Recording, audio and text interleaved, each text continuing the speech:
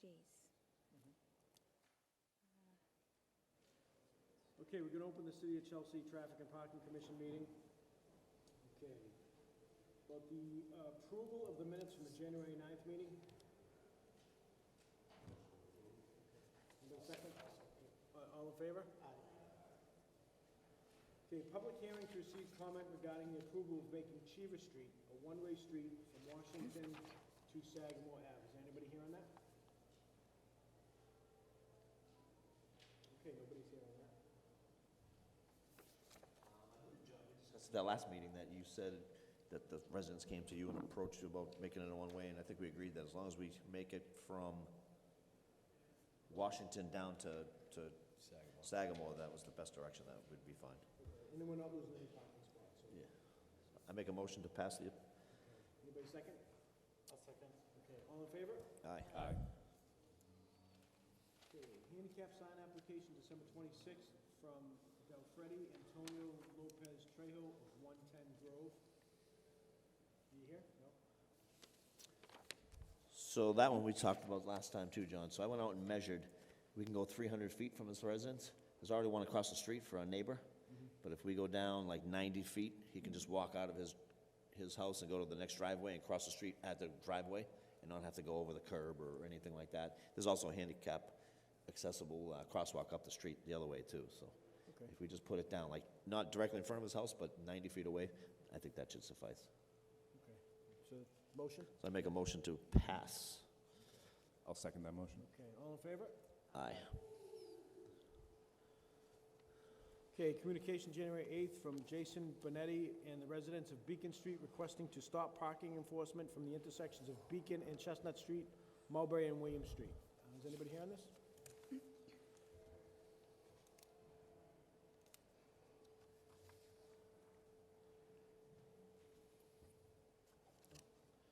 This is just getting on. Does anybody want to speak on this? No? Okay.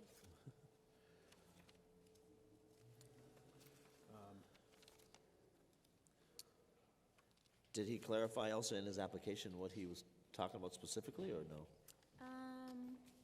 No. Other than his, He just, what he wrote here is, this is a petition to stop parking enforcement from the intersections of Beacon and Chestnut and Beacon, Mulberry, and William Street. The residents of this area are fed up with the excessive ticketing for administrative issues and never actually helping the residents of the neighborhood. We would like for this enforcement to end ASAP or before February 1st of 2024. Do we know what the enforcement has been? Any idea? Is it for parking too close to corners, or? It's probably for everything, resident parking, Yeah. street sweeping. I mean, we can't end enforcement because we'd have to end it everywhere, yeah. you know, so. I want to say that section of the city is parking for day and night. It's not just overnight residential. It's residential all day and all night It is. due to the courthouse and the parking enforcement that we have with that. Like you said, John, I would say just depending on, I mean, there's nothing specific there. If it was a specific, for no reason at all, or if they weren't illegally, but if everything's illegal, and they're passing them for, violations, I don't see how we can stop that. Okay, Yeah, I'll make a motion to deny this. okay, I'll second it. okay. All in favor, deny? Aye. Okay.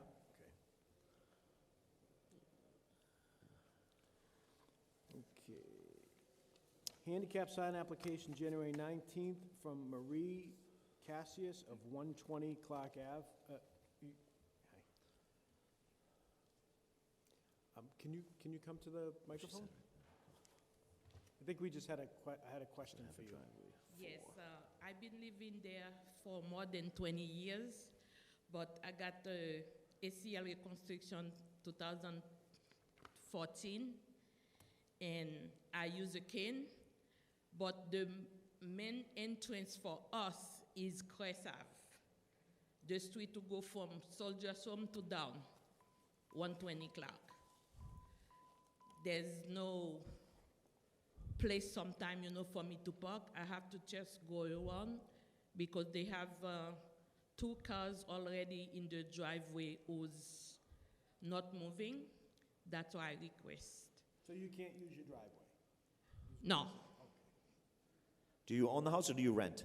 I rent. You- I live with my sister. You live with your sister, who but owns it's- the house. Okay, yes, but she has access to the driveway, okay. Yes. That's what we were curious about, because we knew that it had a driveway, so we were wondering why the Yes. application, if you already had a driveway. Yes. Okay. And they won't let you use the driveway, is that correct? Or you? It's not they don't want me to use the driveway. They have 2 cars already parking, and I have my nephew who didn't take sticker to park outside. He usually park in the driveway. Even my brother-in-law, they usually park in the driveway. So let me ask you this, is your main entrance to the house on Crest, or is it on Clark? I know the front. Crest. So I know the Since front. we've been there, that's the main parking, the main area, and the main entrance also. But the address is 120 Clark. So would this? Yeah, would- because the house, since we've been living there, it's 120 Clark Ave. Yeah. But we use the crest as main entrance for the entire time. So if you wanted, so wouldn't you want the handicap sign on Crest, not Clark? On crest. Okay. I don't believe there's anything else in that area, John. I believe there's 2 located at 115 and 108 Clark Ave. What was it? It is more mid-block. Nowhere near her house. There's one at 91 Crest, actually, looks like three That's of up at the Soldiers Oh, Home, though. Soldiers Home, yeah. That's up in the center, the entrance to the Soldiers Home, yeah. Would she have to reapply because in here she put down 120 Clark? Well, no, that just says the name and address of full owner. Okay. We could probably just make a note on it. Yeah, I would just make a note on it else, yeah, that'd be fine. Can you put it on that side? I would put it on, They're I'd put it on the parking Crest both side, yes. sides? Yeah, there's 2 or 3 spots in front of the driveway going down towards Clark. We'd put it obviously closer to the driveway so that it's just that first spot, you wouldn't have to parallel park. I'll make a motion to pass it, but move it to the Crest Ave side of 120 Clark. Okay. Anybody second? I'll second. Okay. All in favor? Aye. Okay. Thank you. Thank you. Okay, handicap sign application, January 19th, from Patricia Buckley, 25 Spencer Ave. Good evening. How are you? I just moved to Spencer Ave, and it's all off-street parking, and there really is no parking there. I would have to park up the street, and it's very difficult as I put my medical in, and it's hard to walk and breathe because there's no parking for me in the property because there was 2-car with lady upstairs and another parking, but it's just off-street parking, and it's just really difficult, so I'm asking.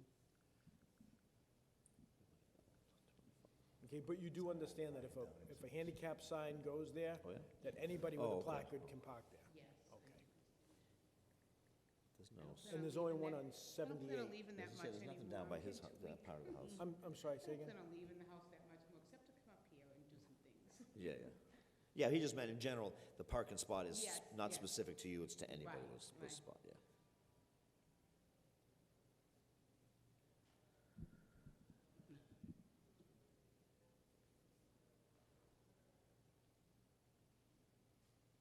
Yeah, there isn't anything in that block, I don't see any issue putting one there. I would make a motion to accept it. Wait a second. I'll second it.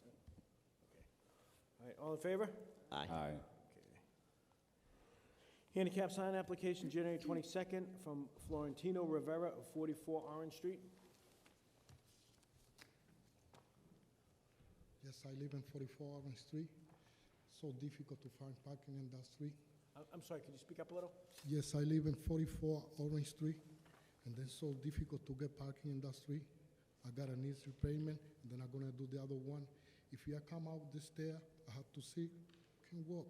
It's so difficult for me. Got one more thing to say. In that street, there's 2 parking handicap, and then in the other post, I think they take 1 out.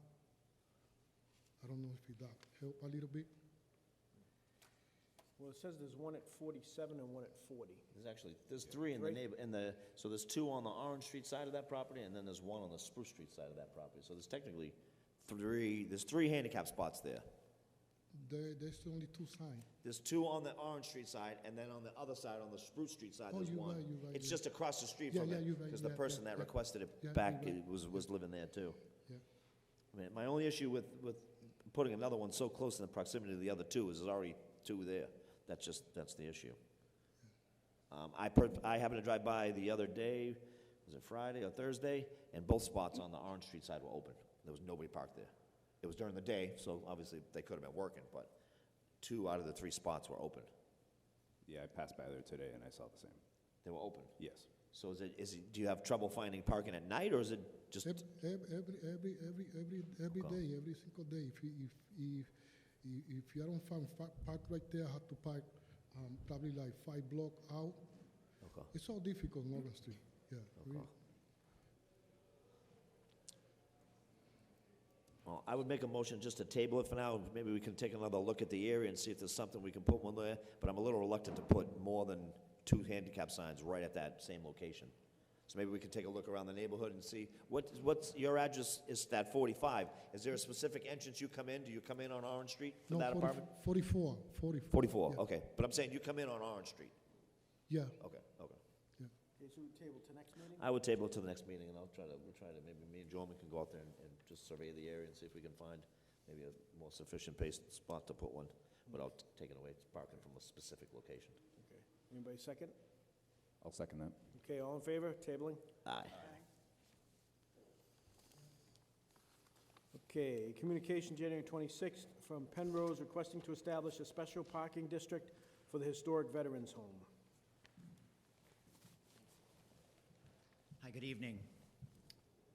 My name is Ryan Kirchhoff. I'm with Penrose. I'm here with my colleague Carmen Chung, who is handing out some freshly printed visuals for you to refer to. So together, Carmen and I have the privilege and responsibility of being the co-project leads for the revitalization of the Veterans Home at Chelsea, which is a vital project to serving and housing our low and middle income veterans in Greater Boston and across the Commonwealth. So I'll give a little background about the project and referring to the visuals in front of you first, but why we're here. The site plan was recently approved by the Chelsea ZBA and by the Planning Board, and 2 of the features of the approved plans require Traffic and Parking Commission approval. Those are the creation of a special parking district on the campus and a change to Hillside Avenue from a 2-way street to a 1-way where adjacent to the campus. So if you'll refer to the second slide in front of you, here you'll see the Veterans Home campus. The areas highlighted in red are what's called the domiciliary or residential campus, and those state-owned parcels are the subject of our project. Those are the 9 historic buildings that exist today that you're likely familiar with. Next door, the Quigley Hospital building, which is vacant and soon to be torn down, and the adjacent Community Living Center, the new construction building up on the hill. Those are part of a separate initiative managed by the state. Those are not part of the domiciliary campus. They're not in scope of this project. So the state, through its real estate arm, DCAM, selected us, Penrose, to lead this revitalization of the aging Veterans Home campus into safe, modern, comfortable, affordable housing for veterans, along with a supportive service program to make sure that they have the access to the services that they need to be successful. If you'll flip to the 3rd page, we've written here the promise that we've made clear, and we show this at every presentation that we give about the Veterans Home, is that all of the existing residents will have a place they can afford on campus before, during, and after the revitalization project. On the 4th page, you'll see our priorities that we've laid out again from the beginning of this project. So through the rehabilitation of the campus's 9 historic buildings and the construction of 2 new connected buildings, these are the priorities. So first, the roughly 240 affordable apartment units that are planned for the site will be 100% veteran preference units. Together with our nonprofit partner, Soldier On, we'll be providing supportive services that are specifically tailored to the unique needs of low and middle income veterans, both those on the site today and future veteran residents. Third, as mentioned, all the existing residents that wish to stay, that's 119 on campus today, will have a home they can afford here. Physically, our charge is to adapt the several hundred dorm-style single-room occupancy, or SRO units, that are on the campus today. Those all have shared kitchens, shared bathrooms, no private living space, converting those into modern apartments that have all of those things. And while most of these units will be studios and one-bedrooms based upon the needs of this veteran population that they'll serve, there will be a smattering of other unit types to ensure that vets and their families in different life stages can succeed here. And finally, the plans include a Veteran Resource Center, which will be a place where the many different service providers that support veterans can come together in one easy-to-use and modern location. If you'll slip to the fifth page, this is the site plan that was just approved by Chelsea's Zoning Board of Appeals and by the Planning Board. So you'll notice, again, the preservation of the 9 existing buildings you're familiar with, and the construction of 2 new buildings that will connect to them. Those will help both to add more veteran-serving housing units, but also improving accessibility to the adjacent buildings by bringing in new elevators and accessibility features. There's also a handful of new, smaller-scale townhomes planned across Summit Avenue, also on the state domiciliary campus. On the 6th page, then, you'll see a breakdown of the units. And because of the size and scale of this effort, it's being broken into 4 phases. The first phase is calling for 70 units, and that we hope to break ground on early next year. So roughly 240 units in all for the entire campus. It's worth noting that while there are 119 occupied units on the site today, the actual capacity of the existing layout, the existing structures of the Soldiers' Home today is just over 300 units. So historically, there have been more folks living at the home at different times. On the next and 7th page, this is the overhead site plan, and you'll see that the plan is very focused on adding and enhancing green spaces and enhancing the streetscape. We have landscape courtyards planned, like behind the existing Sullivan building, that will help integrate the campus into the surrounding neighborhood and hopefully be an asset both to residents of the home and to their neighbors. New plantings and a redesigned street configuration on Crest Ave will make this a much more pedestrian-friendly place, restoring it to a more relaxed and comfortable outdoor space between the buildings, as we know it was historically from historical photos and documents. Our plans also include a victory garden and greenhouse. Items that we heard were really important and therapeutic to veterans living on the site. If you'll flip to the next page, the site plan here is what brings us to you this evening. So we're seeking the creation of a special parking district for the veterans' home, as well, again, as the designation of Hillside Avenue as a one-way street through the campus. So both of these are the result of addressing concerns of the surrounding community to make sure that the veterans who need access to parking on campus will continue to have it, while also helping our neighbors feel comfortable with the new development. This, again, was part of the Planning Board and ZBA approval that was issued in December, so we're here tonight to seek the Traffic and Parking Commission's approval. As mentioned, we have 119 residents living on the site today.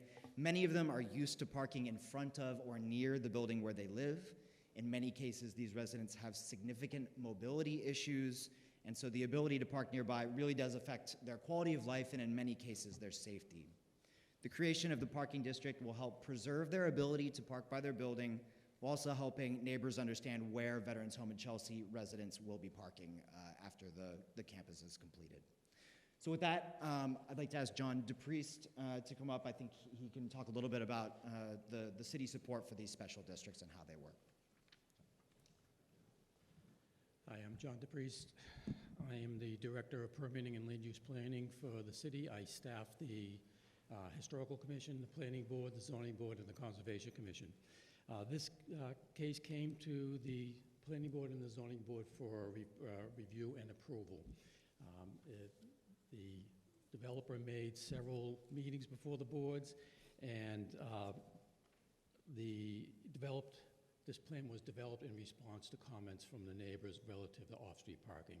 You all know that parking is always an issue anywhere in Chelsea, and they raised concerns. And the developers proposed this as a compromise for to address the neighbors' concerns. It would create a veterans parking district.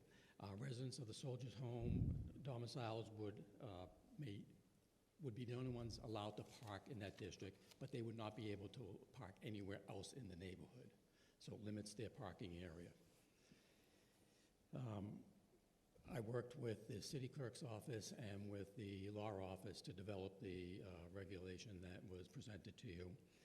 As the developer indicated, it received the support of the zoning board and the planning board, and we worked with Ned Keefe, who was the city manager at the time that this was developed, and received his support as well.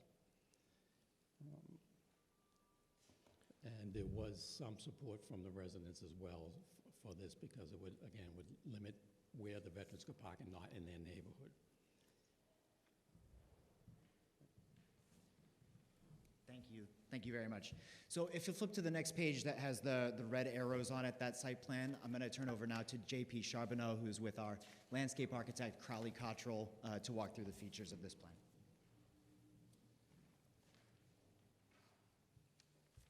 Good evening. This page is talking about the existing conditions and the existing traffic pattern and circulation around the Soldiers' Home as it is right now. Crest Ave is two-way, Hillside Ave is also two-way with parking on both sides. If we flip to the next page, the proposed changes for both Crest Ave and Hillside Ave are as follows. Crest Ave, the circulation pattern will remain the same, parking on both sides, two-way traffic. Along Crest Ave, we are proposing flush crossings, generous crossings to help calm the traffic and allow for easier crossings of Crest Ave. And as we go down Crest Ave and make the turn towards Hillside Ave, we are proposing adding a sidewalk where there isn't currently one on the Soldiers' Home side. Currently, there's actually a retaining wall there, there's parking on both sides and two-way traffic. So we feel that that is actually a very narrow space for that amount of activity. And not only that, but that forces the pedestrian to cross the street to walk, if they choose to walk around Soldiers' Home campus.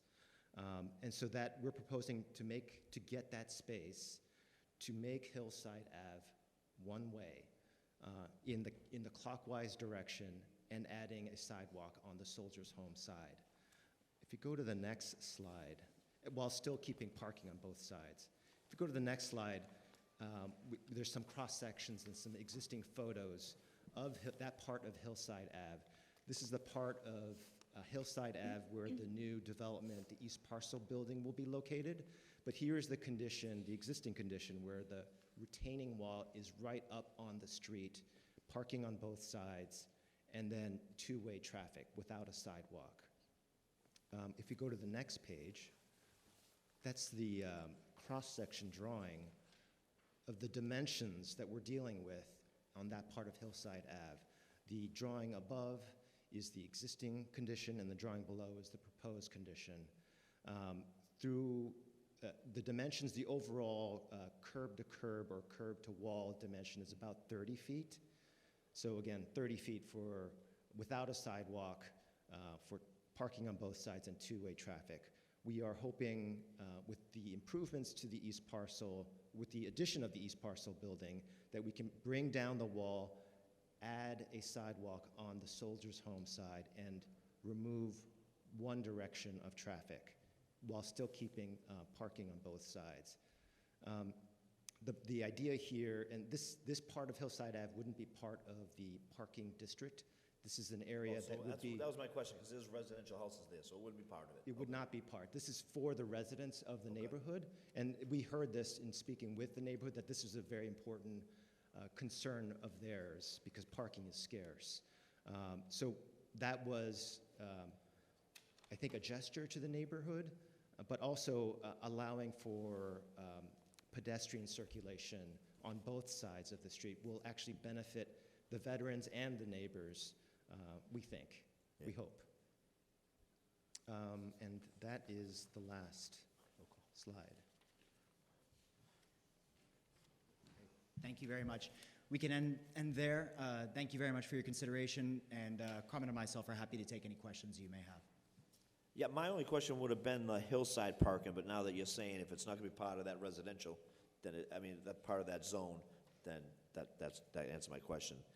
What about on the Crest side? How far down would that go? I think there's a house, probably, there's one or two houses towards the end as you hit Hillside?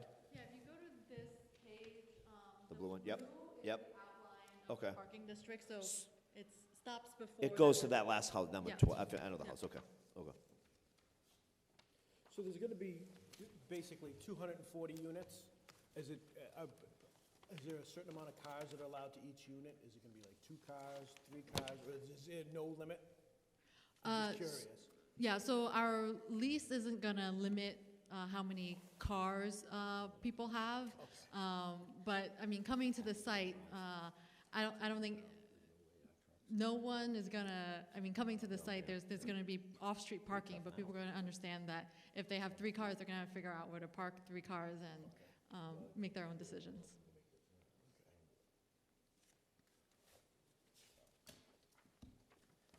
I'll just say, from the fire department's perspective, this is a great project, but I do have concern with with Hillside Ave.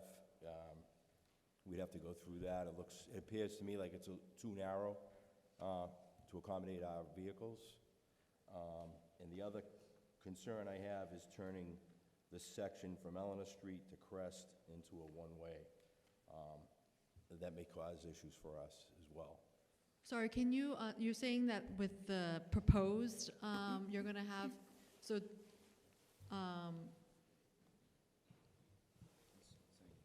so the travel lane of 10 feet is too narrow? Yeah, well, I would be more concerned with the turning radius onto the street.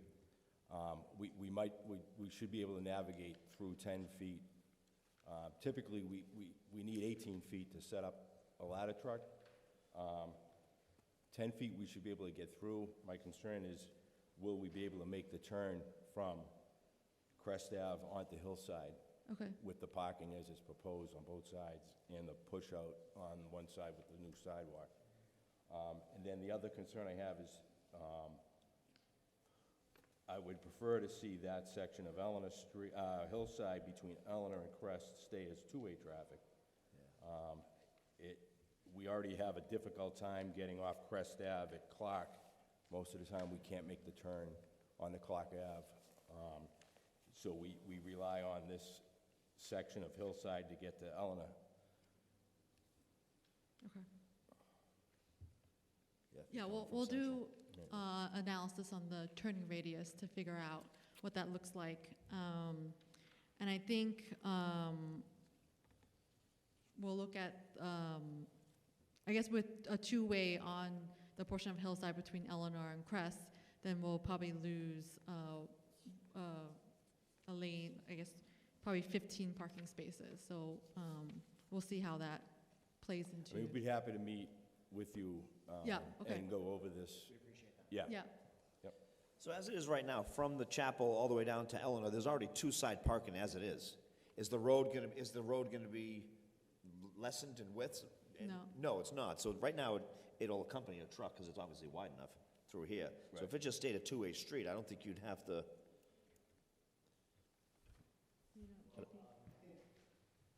That part of Hillside Ave will be narrowed in the proposed, in the current drawing. So it will be. But, because right now, the asphalt, I think, goes right up to the building. That There's a retaining wall on the building side right now. So I think we can study ways of putting back another direction of traffic. Yeah. That's the area, right? I think the choke point is at where St. Chapel's and Crest Ave meet. That's a narrow point, and in that area, we may have to remove one side of parking to make the dimensions work for two-way traffic. But we definitely can look at this. So with that said, there is the parking lot that's between the chapel and the Kenville house, is that for it's existing now, it's new, is that for residents that live there now, is that for employees, or that someone special, is that for someone specific? So the current Quigley building is going to come down, and the Commonwealth's going to build a parking lot there, a parking structure there. That is meant to serve all the staff that will be at the CLC, Okay. as well as individuals who live at the CLC. I imagine most of them won't be driving if they're living at the CLC. But that is a separate project, so it's not meant for the residents of the Dom. No, yeah, my question was, but so where you got between where 7 and 6 are, it's really only like 8 or 10, no, there might be 6 or 7 cars on each side. I think that's where the tightest spot would be, because down lower, as you come off Eleanor, it's plenty wide, I think even for a truck. Yeah. It's when you start to come up towards the chapels where it gets tight there. But if the people had access to that parking lot, or had somewhere else that they could park, I mean, obviously, that's the hospital's there, but that's coming down, and then that's just the chapel. I mean, to me, I would think if I lived in any of those buildings, I'd want to be parked on Crest or the adjacent parking lot. Yeah, I think those parking spots are trying to address the people living at Kevel House. Okay.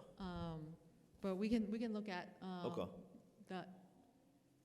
I agree with John. Like John says, if they have to access from one fire station coming down that hill, they need to come down hillside, and they wouldn't be able to come and make that turn on Crest. It's just not big enough. Okay, that's helpful feedback. Is there an opportunity to shift and maybe open up the public right-of-way a little bit and maybe shift the location of the retaining wall? I see here in your proposal that you've kind of offset it a few feet. Maybe you could look into that a little further if there's an opportunity to do so. Yeah. Okay.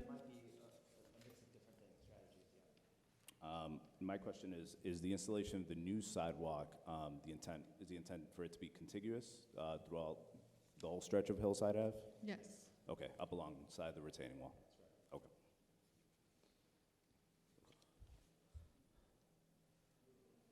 So obviously, before we obviously to make that section a one-way would be probably one request, but that would have to go to a public hearing as well first. I almost think you want to break it down into 2 sections. Like you want to have, first would be to have that a one-way would be one request. And then the second request would be to do the residential parking. As you know, the city already has a residential parking program, so this would all just be like another step towards that, you know what I mean? We already have this one in this section, and then this could be a section for that.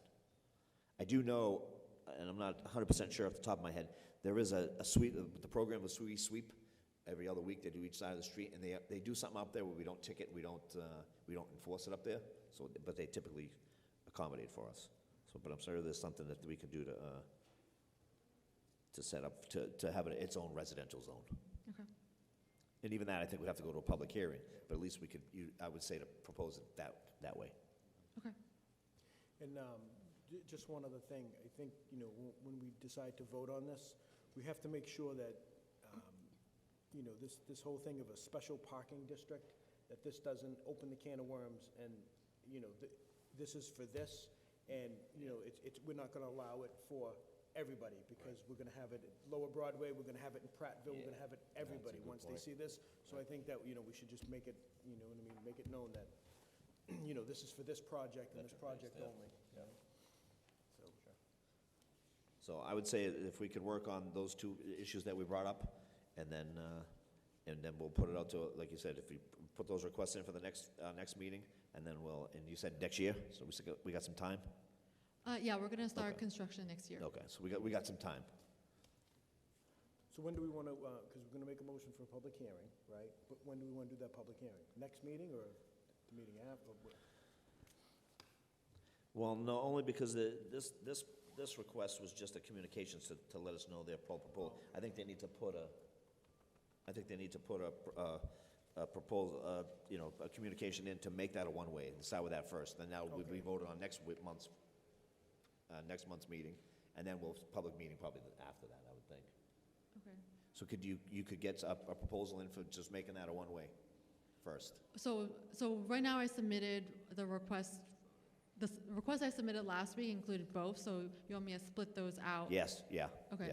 Yeah. And do the first one as quick as not as quick, but if you get it into Elsa now, it will get in for next month's agenda, and we'll vote on the one-way and put it to a public hearing, and then the next month it'll go to a hearing, and then that's how we'll decide it. Okay. Great, thank you. Thank you very much. Thank you. Can you tell them that if they can sign it?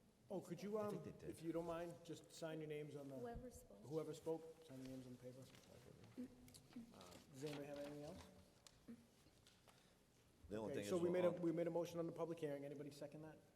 I mean, we made a motion to, they're gonna submit their, So we'd Go probably, for the next we one. would be, I mean. Table it? The table, yeah. All So I make a motion to table it for now, future, Until, until next month when they put in a communication to make it a one-way. And then we'll decide on that next meeting. okay, all in favor? Aye. I'm sorry, I was gonna say, may I speak on Okay, this? go ahead. Yeah, John. It's our understanding that the request was made in this.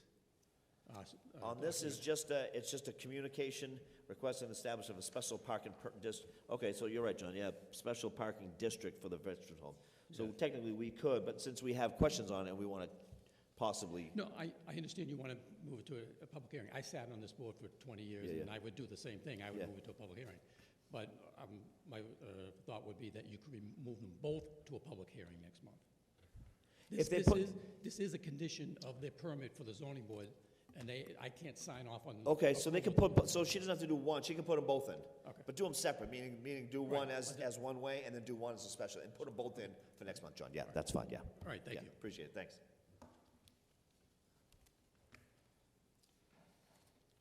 That's it, John. All right, meeting adjourned? Thank you.